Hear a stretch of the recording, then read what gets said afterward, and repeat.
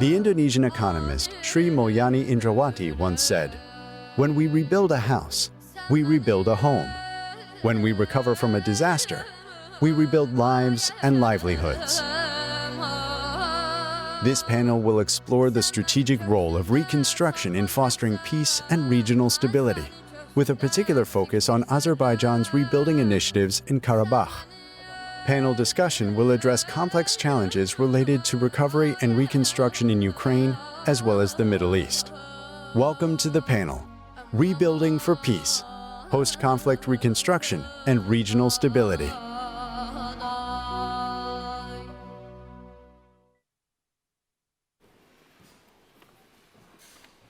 So, ladies and gentlemen, we are going to have a panel on conflict resolution and post-conflict reconstruction. All these distinguished panelists are experts on this topic, and each one comes from a different country and has different experiences. So I will keep the time and start immediately. The most experienced in our group is President Olusegun Obasanjo from Nigeria. In his long life and political life, he has solved several conflicts. And my question is very simple. What was the biggest success you did in your conflict resolution practice?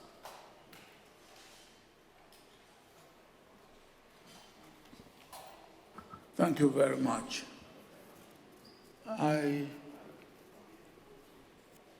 I think two will be mentioned.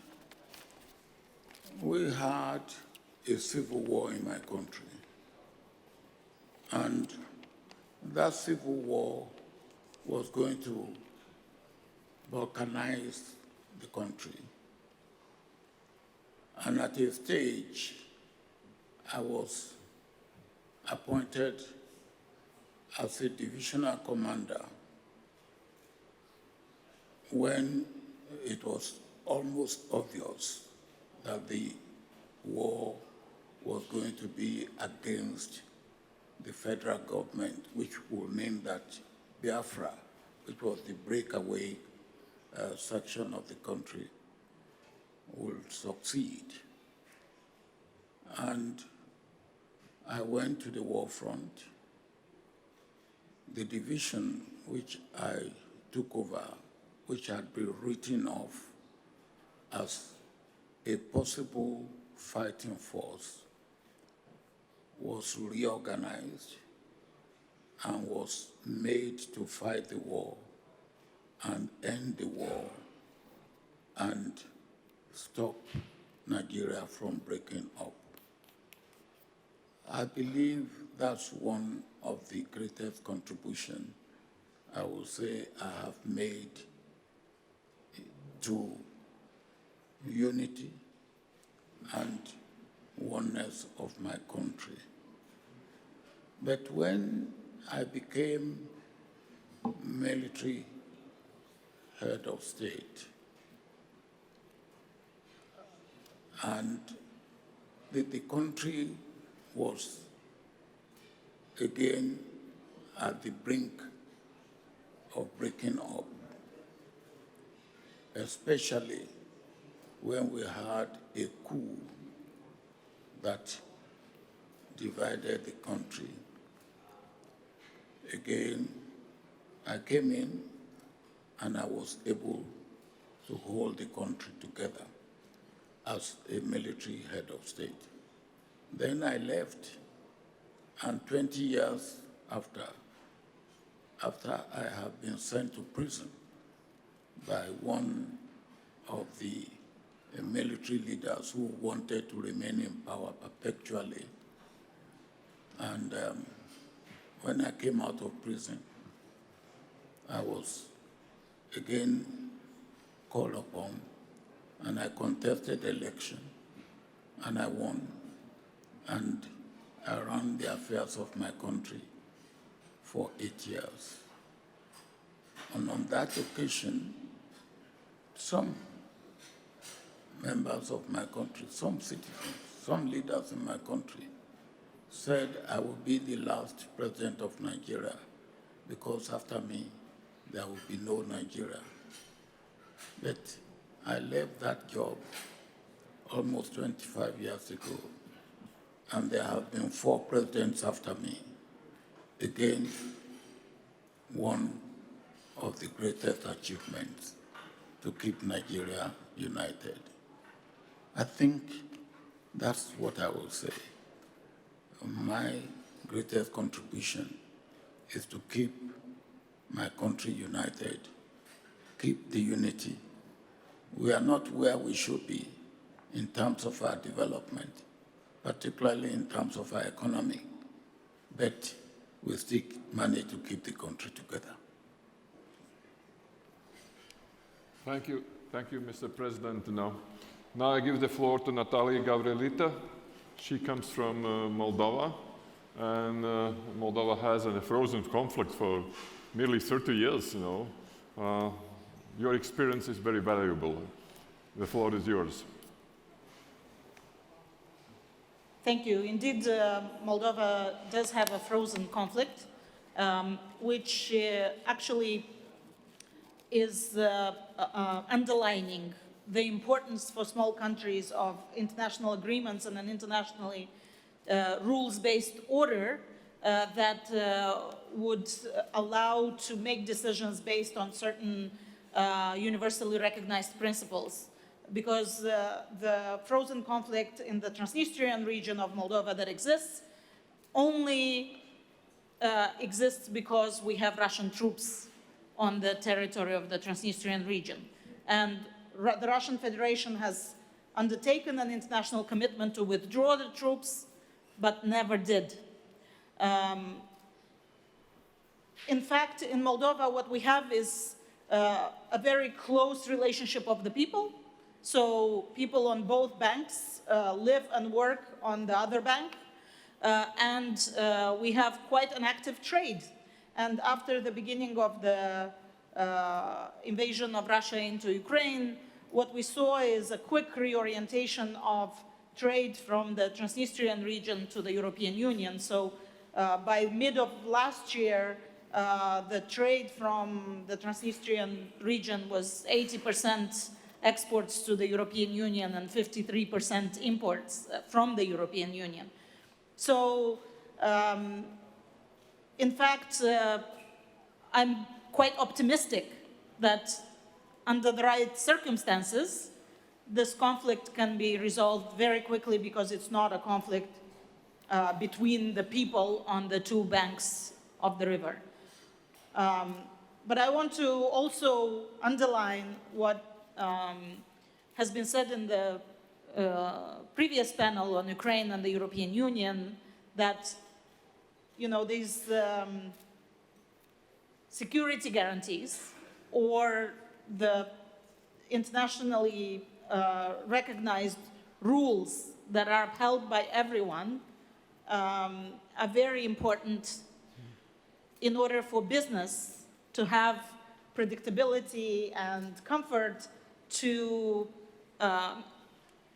come and do the post-conflict reconstruction, right? So to invest in post-war development. So I'm a big believer also in financing instruments that can help the government and the private sector share the risks of any post-conflict reconstruction. So, for example, instruments like war insurance or guarantees or risk insurance, political risk insurance, I think can go a long way to support the private sector in coming in post-conflict settings and investing. And I think really sort of this thinking about, active thinking about post-conflict investment and development can very much support the security guarantees in preventing further wars. But of course, it's complex. It takes the big powers an understanding that they need to find a joint solution to problems. So just to reiterate that conflicts often happen not because of the people on the ground, but because of this sort of higher power games. And then there are ways in which we can both resolve conflicts and support post-conflict reconstruction, where basically both the public and the private sector agree that they will share risks that are involved. Thank you very much. Now I give the floor to Djoomart Otorbaev. He comes from Kyrgyzstan, and very few people know that Kyrgyzstan and Tajikistan have some border disputes, and they have the first successes, So can you elaborate on your experience and when you got the ideas how to do and what to do in your conflict solution? Thank you, Valdis. In my short intervention, I want to speak about 2 points. First, about my part of the world, and many think that in Central Asia, everything is more or less under control, no problems. But it was not the case up till yesterday. So this panel was planned many months ago, but it's happened that yesterday, presidents of 2 countries, Tajikistan and Kyrgyzstan, signed agreement on border delimitation and demarcation. So for 33 years, it was conflict area, partly because we didn't have a very well-established border between 3 countries, Uzbekistan, Tajikistan, and Kyrgyzstan. Why it happened? Because our population lived in a very densely populated Fergana Valley, the most densely populated part of the world, where more than 800 people live in 1 square kilometer. And border, pre-Soviet times, never was marked. People just lived next to each other without any debates. When Soviets came and then they create national borders, they also didn't pay too much of attention to the precision of the border. And when we became independent, things started to go in a worse part because of lack of water and lack of irrigational land. For 33 years, we had clashes. Why? Because people need water and need land. And when 2 citizens from the same country disagree, it's just episode. But if citizens of different countries disagree, it's become political clash. But what I would like to say, during these 33 years, we try to build trust between nations. As Franz Kafka said, if there is a lack of trust, all talks are meaningless. So yesterday, we put final point into fixing conflict. Extremely important for all our 3 nations, but not only. Central Asia forever become safe place to live and to work. Number 1. Number 2, about post-conflict reconstruction. And I would like to capitalize on presence of Azerbaijani minister here, because I'm really impressed about your comprehensive plan to fix post-conflict development in Karabakh. I never saw such comprehensive program in other places in the world. And I think that if Azerbaijan, I'm sure it will be achieve this goal through very systemic and very focused approach, it should be top case which could be ideal model of post-conflict redevelopment. Not only model, but benchmark for other places how we can do things. In about 10 days' time, 3 presidents of Kyrgyzstan, Tajikistan, and Uzbekistan will have summit in Fergana Valley. They will place program on how to make friendship there. But now we will go into details on how to do it. And I believe that example of Azerbaijan, our brotherly nation, will be excellent benchmark example how we should do it. In many other parts of the world, we need scientifically justified action plan, who will do what and when. And I believe Azerbaijan will be excellent example on how to do it the best possible way. Thank you. Thank you very much. So now I give the floor to Lazar Comanescu. You are dealing with the Black Sea, and of course, economic cooperation around the sea is always been very important. How the things changed in the Black Sea after annexation of Crimea and war in Ukraine? Well, let me start by saying that I really feel rewarded to participate again in the Baku Global Forum, and I am very pleased and honored to be part of this panel, which is dedicated to a topic not only well and timely chosen, but which, as you rightly pointed out, Mr. Moderator, has a lot to do with the region, which is covered by the organization I am representing here today. But before saying a couple of words about developments and what can be done on this specific topic in the Big Black Sea region, allow me very briefly a couple of remarks of a more general, rather more general nature. Well, bringing peace and reconstruction, in my opinion, needs first of all, and I think that it was mentioned somewhere in the panels this morning, that enough guarantees and reassurances have to be provided so that a reconstruction, whatever reconstruction, be successful. This is one point.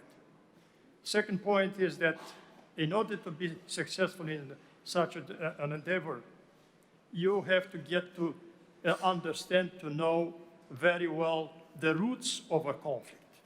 Because without getting and knowing exactly the roots, the basis for a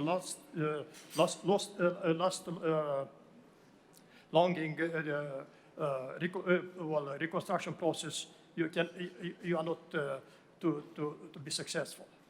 And third, I think it is extremely important that in all our efforts dedicated to devising reconstruction plans or whatever, there is need of keeping doors open for dialogue, even in the worst possible adversarial relationship.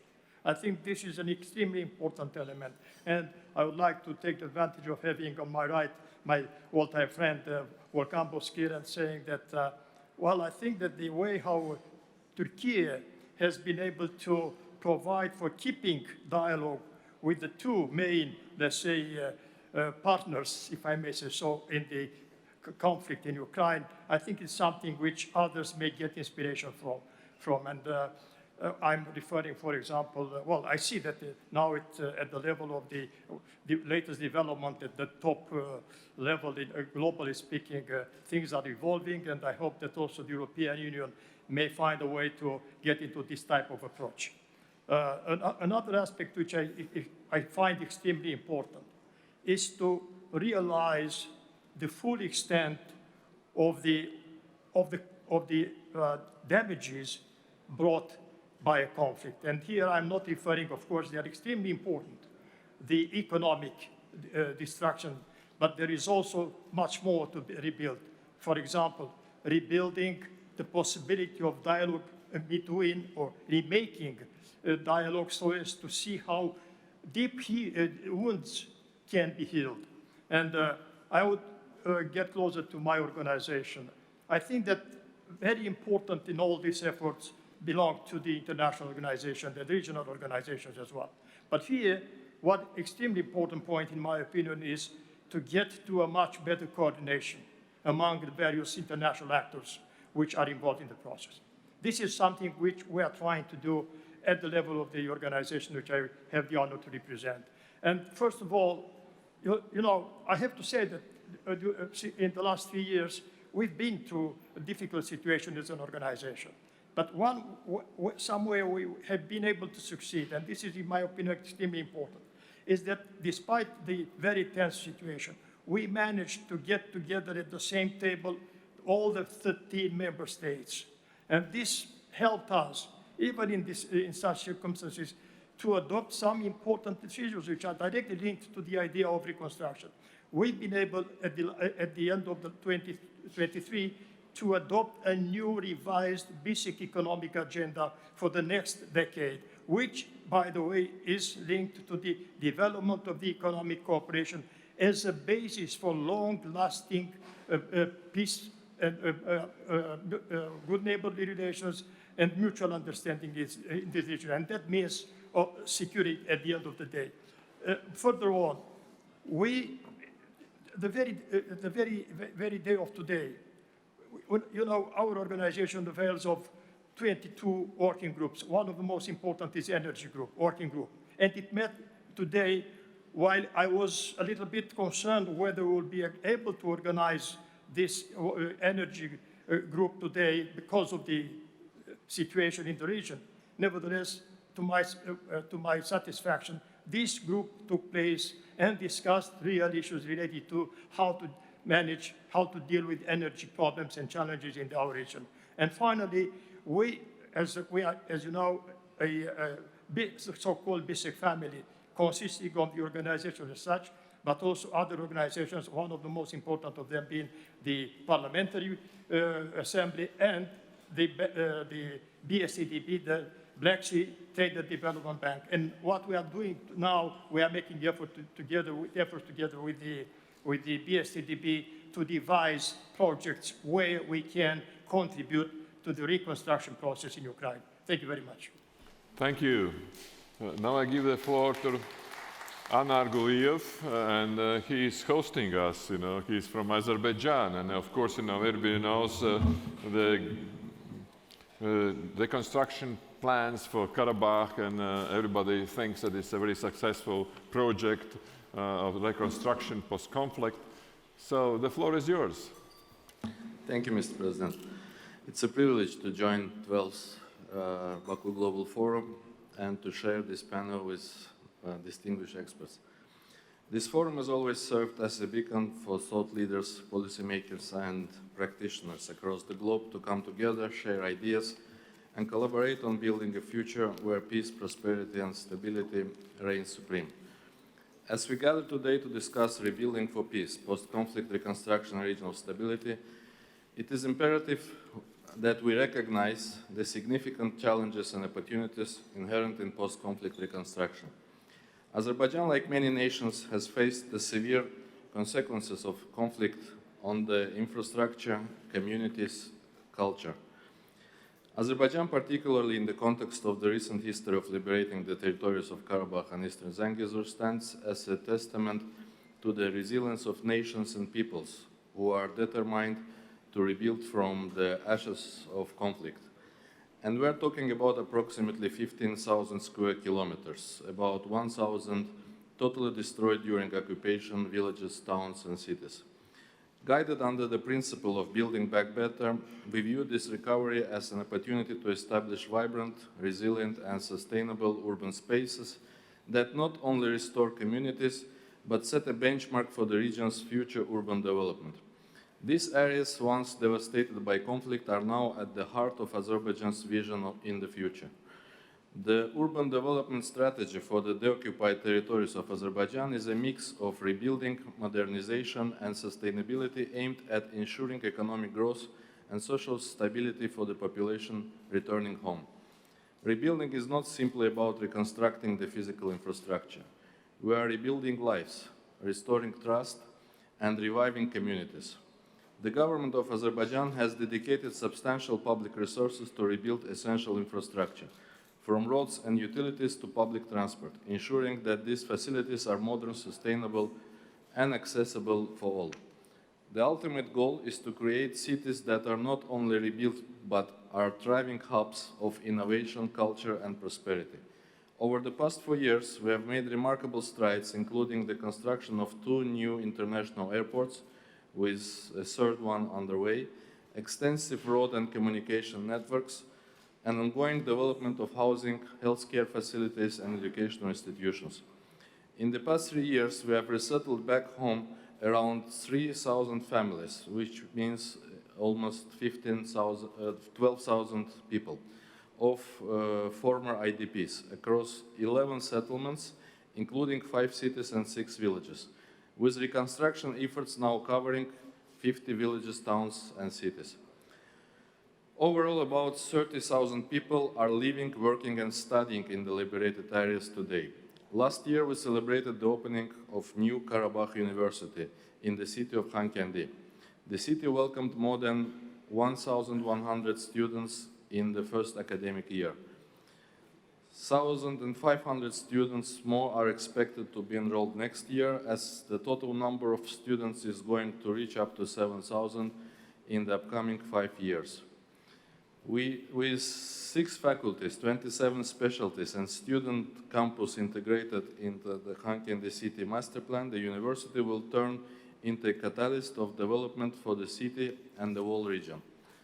Our green energy infrastructure continues to expand, with 1,100 hectares allocated for solar power, 27 highway projects totaling 2,800 kilometers, and new railways with total lengths of 150 kilometers are currently underway.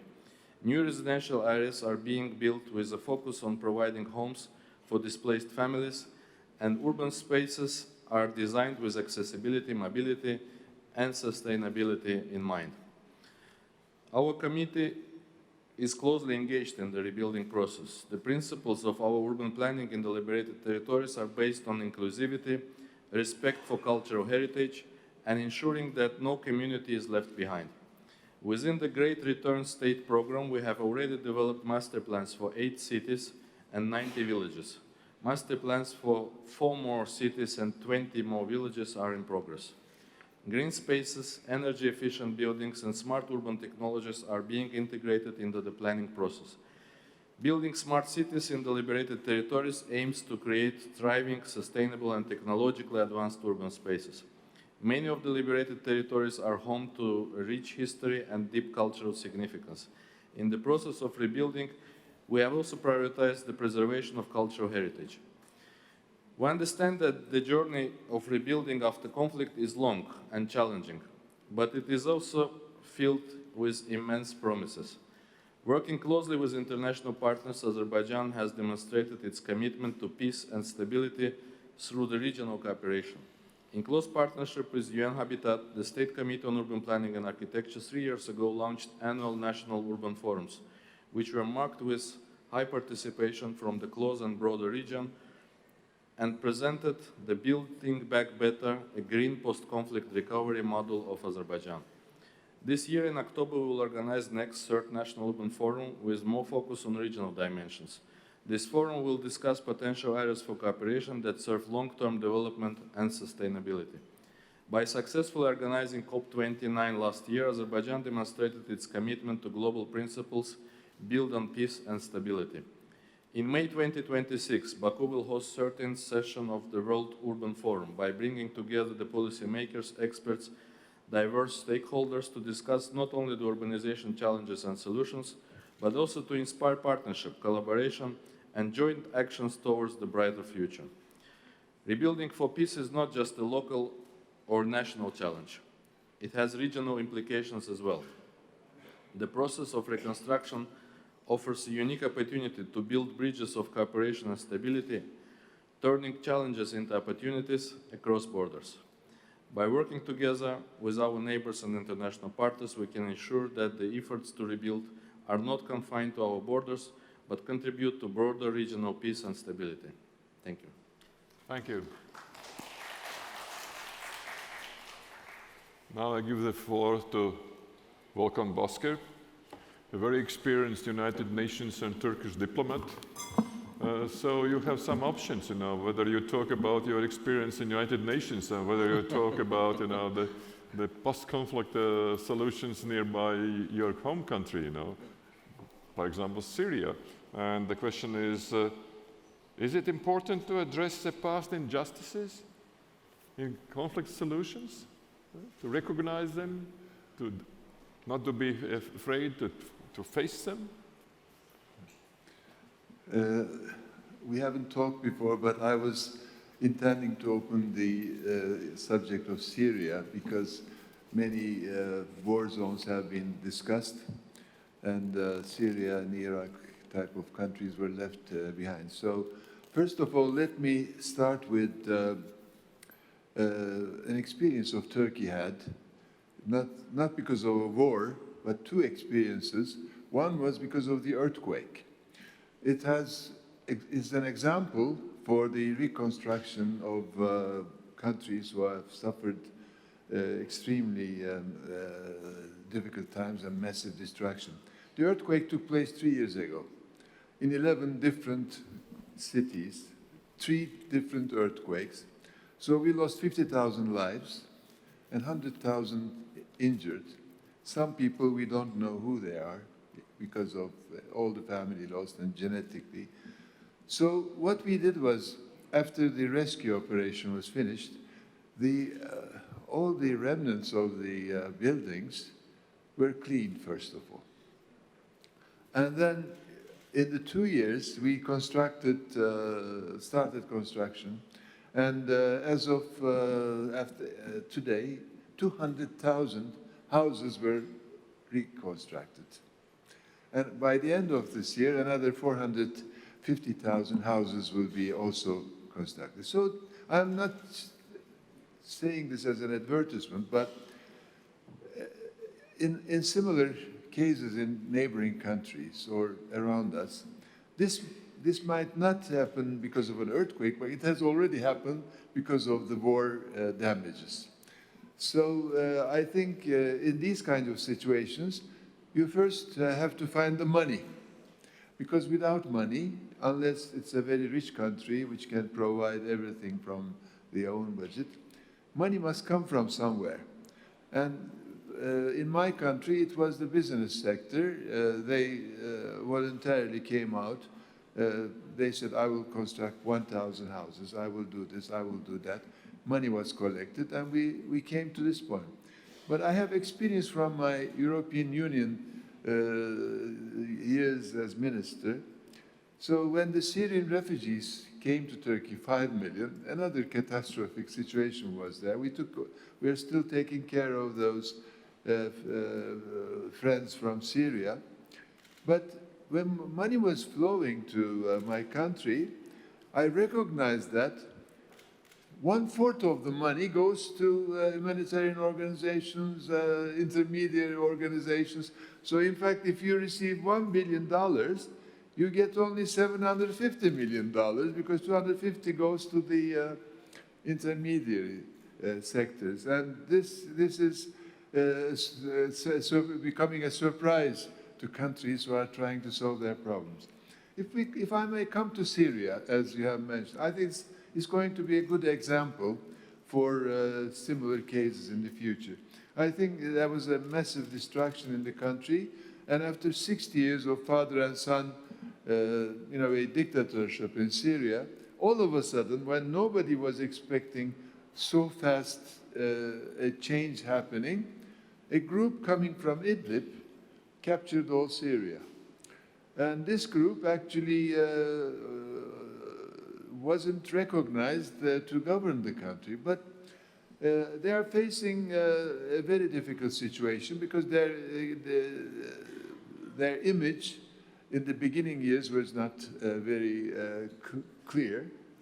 But I think they are doing fine. They took the correct path to first establish good relations with the world and to go for a constitution, and also declaring that all Syrian citizens are a part of the country, no matter what origin they are, ethnically or religiously. Of course, we will need time to understand how they will continue with this, but I think in Syria, Syria is one of the pillars of Middle East. If Syria is a democratic, human rights respecting country which seeks peace around its borders, I think it will affect also all the other countries in the region, because Syria is not only Syria. Syria has relations with Lebanon, or I mean, once it had a larger intention of creating a greater Syria, and then son Assad unfortunately accepted to become a smaller Syria. So I think here the humanitarian aid must come very urgently, not only to Syria but to countries around. But humanitarian aid must reach the people, and people must be happy with the humanitarian aid. It shouldn't just be the trucks and the packages with signs on it, but it must address the needs, immediate needs of the people. If people are unhappy, then all the very sophisticated plans you have, all the sophisticated performances you make will reach nowhere. And I think this is very important. Of course, what happened in neighboring Iraq is also a good example. I served in Iraq as first secretary in the Turkish embassy. In Turkey, we say there's no beautiful thing as a mother and no beautiful city like Baghdad. It has been one of the most beautiful cities, but I was very sad seeing Baghdad after so many years destroyed, green zone, bombs explosion, everywhere destroyed. But I think they are coming back also.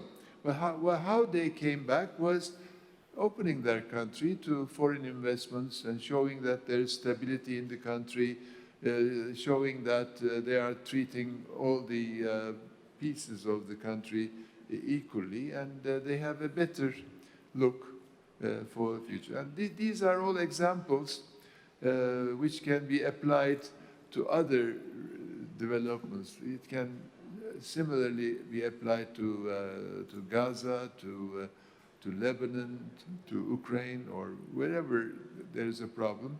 And I must congratulate Azerbaijan in their efforts to reconstruct Karabakh, because I've seen that place. We have all went there to Susa, Fuzuli, completely destroyed to scratch, and how nicely those cities are being restructured, keeping the historical sites, or redoing the historical sites, the mosques, the palaces, but I mean, of course, the bringing back the population needs more efforts with hospitals, schools, and convincing those people to come back is the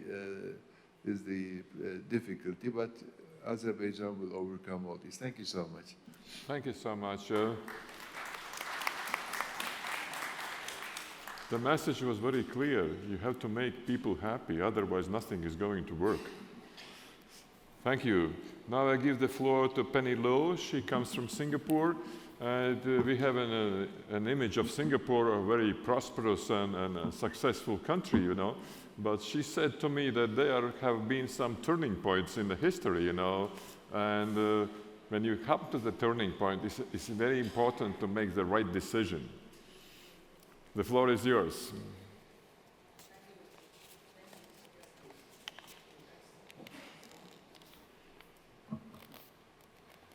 Thank you, Mr. President. Your Excellencies, distinguished guests, a very good afternoon to you. And let me also have the courtesy of thanking Nizami Gajari International Center for inviting me to this very distinguished forum. Mr. President, you are right, you know, that indeed Singapore is very often seen as a successful nation. But we were not born like that. In fact, In 1945, after the post-World War II, Singapore lay in ruins. War had left very deep scars in our people, in our system, and food was scarce, jobs were lost, and of course the street was filled with a lot of uncertainty. Fires, burning, protests, ethnic killing, because under the British rule, there was a policy of divide and rule, so we were kept in different ethnic enclaves, we didn't understand each other, so when you don't have enough food, you fight. So a state of emergency was declared in 1948, all the way till 1960. But in 1967, the British decided to withdraw from Singapore, clearly seeing Singapore as a place with not very much more potential. And even our neighbors, Malaya, then was called the Federation of Malaya, did not think that we were going to be what we are today. So in 1967, the British withdrew and completed the withdrawal with hundreds of thousands of jobs lost in 1971. And then we joined the Federation of Malaya, but within a very short time, because of different policy, different priorities, we were told to go. So imagine a nation that started live and born amidst chaos, fighting for food, fighting for jobs, fighting for survival. It was hard to imagine that this was a nation that's going to be successful as we see it today. We realized at the point in time that we will perish unless our people get our acts together and survive. Mr. Lee Kuan Yew, the first Prime Minister of Singapore, also my mentor, once said that a nation is not great by the size alone. It is the will, the cohesion, the stamina, the discipline of its people, and the quality of their leaders, which ensures an honorable place in history. And I remember that he stood on the modest podium, pointing his finger forward and said, over 100 years ago, this, meaning Singapore, was a mudflat, swamp. Today, it is a modern city. 10 years from now, this will be a metropolis. Never fear. That was the point in time where we were, so to speak, kicked out of the Federation of Malaya. And it is from those ashes of a post-war, post-colonialism, and exit from the Federation of Malaya that Singapore rose not by chance, but by choice. And there were a few lessons that I think we can learn from each other, some of which have been repeated by my colleagues, my distinguished colleagues, on this panel. So I will not be laden on them. But I think, these are lessons that, could be shared across all nations, especially those who are in the reconstruction phase. Lesson number one is if there is no peace, there will be no progress and no prosperity. And rebuilding, therefore, is not just about the infrastructure, it is also about its people. As Mr. Volkan Bozkır have said, people have to be happy. But it is very difficult to be happy when you don't have enough food or security or stability. There is a temptation in post-war reconstruction to focus on roads, bridges, buildings. But rebuilding a country is not just about steel and cement, it is about trust. Trust is the big elephant in the room. When the war ended, thousands were displaced, employment was high, racial tensions run deep. So we face divisions. So the first thing that we have to do is to reinstill a sense of confidence, a sense of trust amongst the people. Because we had nothing underground. We had to depend on the people above ground. And that became our priority. So policies like bilingualism, right? Bilingual education to give people a common lingua franca. As you know, we have Indians, Malay, Chinese, and of course others, which is many others in Singapore, so we don't all have a common language. Even amongst the Chinese, which is a majority, there were different dialect groups that are rival groups. So the first thing really is to give everyone a common language.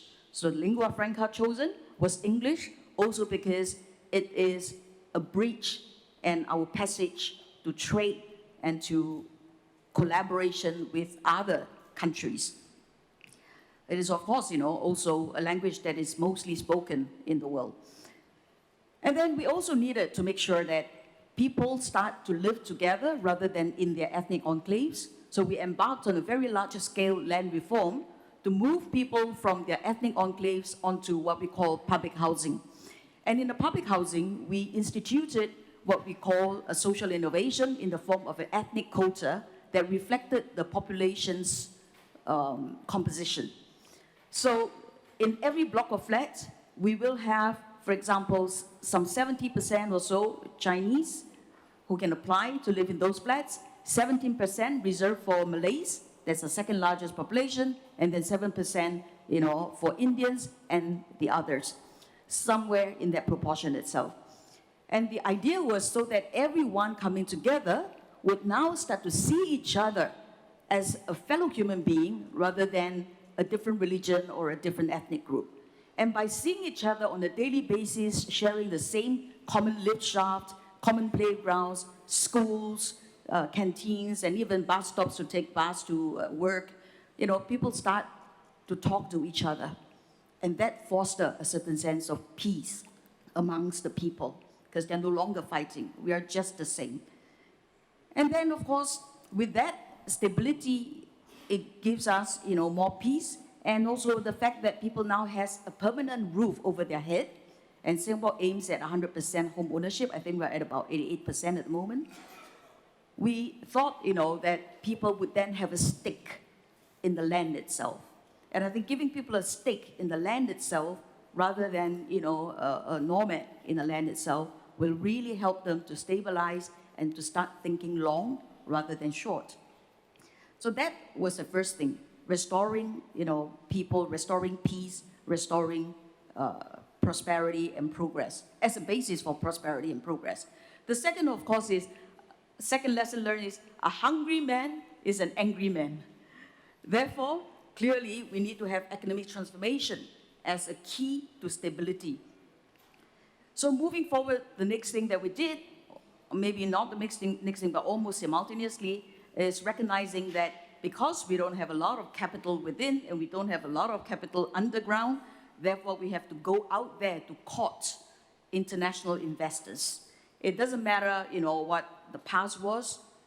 We were out there to bring in capital, to bring in technology, so that we can have a transfer to our people in time to come, so that we can therefore move forward to put bread on every table, in every home. So we even engineered our education system to make sure that we have the right job fit for today, but also for the future.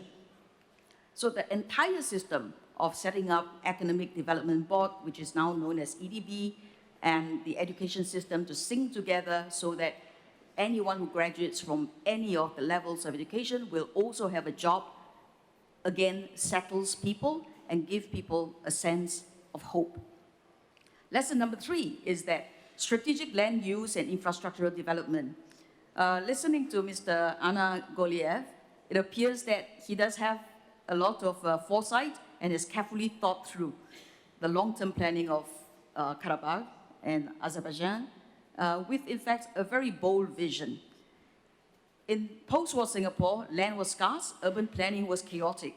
So the government also made the same bold decision that we need to have a long-term master plan for land use and infrastructure, building ports, airports, industrial zones, schools, institutions. They were not built just randomly, but they were based on a master plan that was reviewed on a periodic basis. And I think this is important because if we go for anything short-term, chances are, it will be ad hoc, uncoordinated. There'll be a lot of wastage, which Singapore, given its very rare resources, could not afford, at least not at that point in time. So a coordinated approach, a steel will to implement them became extremely important, And of course, the other was infrastructure project can attract a lot of corruption. And one of the things that I think Mr. Lee had an iron hand in was to do anything and everything to stem out corruption. So that was the third lesson. And finally, I think a lot has been spoken about international collaboration, and I think that is also another very key thing for Singapore. Because again, as a very, very small country, it is very difficult for us to survive on our own or even to produce for our own nation. We needed a bigger market, we needed more capital, we needed a much more international view of things. Therefore, we went out there to make friends, sign bilaterals, multilaterals, form the ASEAN as well, which is the Association of Southeast Asian Nations, because that in itself gives us a market size of 700 million compared with the 6 million we have now and 4 million at that point in time. So that, were also part of the strategies, to make sure that we are part of the international community. But it is not just for our own benefit, because what we also believe very strongly in is the fact that when you prosper your neighbors, you prosper together. You make fewer enemies that way. And in so doing, we make sure that we also send out aids whenever there's a disaster somewhere or whenever there is help that is needed, especially by our neighbors. So that's, the fourth lesson. So, on that note itself, I have a call for action for rebuilding the future. And that is perhaps what is most needed today in a very chaotic and also, I would say, fast advancing world, especially with AI and ICT. Perhaps one of the things that we leaders really need to do is to have mindful leadership, because we are doing a lot, and things are changing so fast. We hardly have time to pause and think, reflect, and make the right or the wiser decisions. And perhaps mindful leadership is what I would like to make as a call for action. That in the end, we leaders are dealing with people's lives, not just with a country in a personified form, but it is the lives of every citizen in our country and in this world that we're dealing with. And to do that, we must remember that actually as one earth, we all have a shared destiny, and we are all building the home. And home, by definition, is H-O-M-E. H-O stands for hope, M-E stands for memory. So let's come together and build a home full of shared memory. Thank you very much.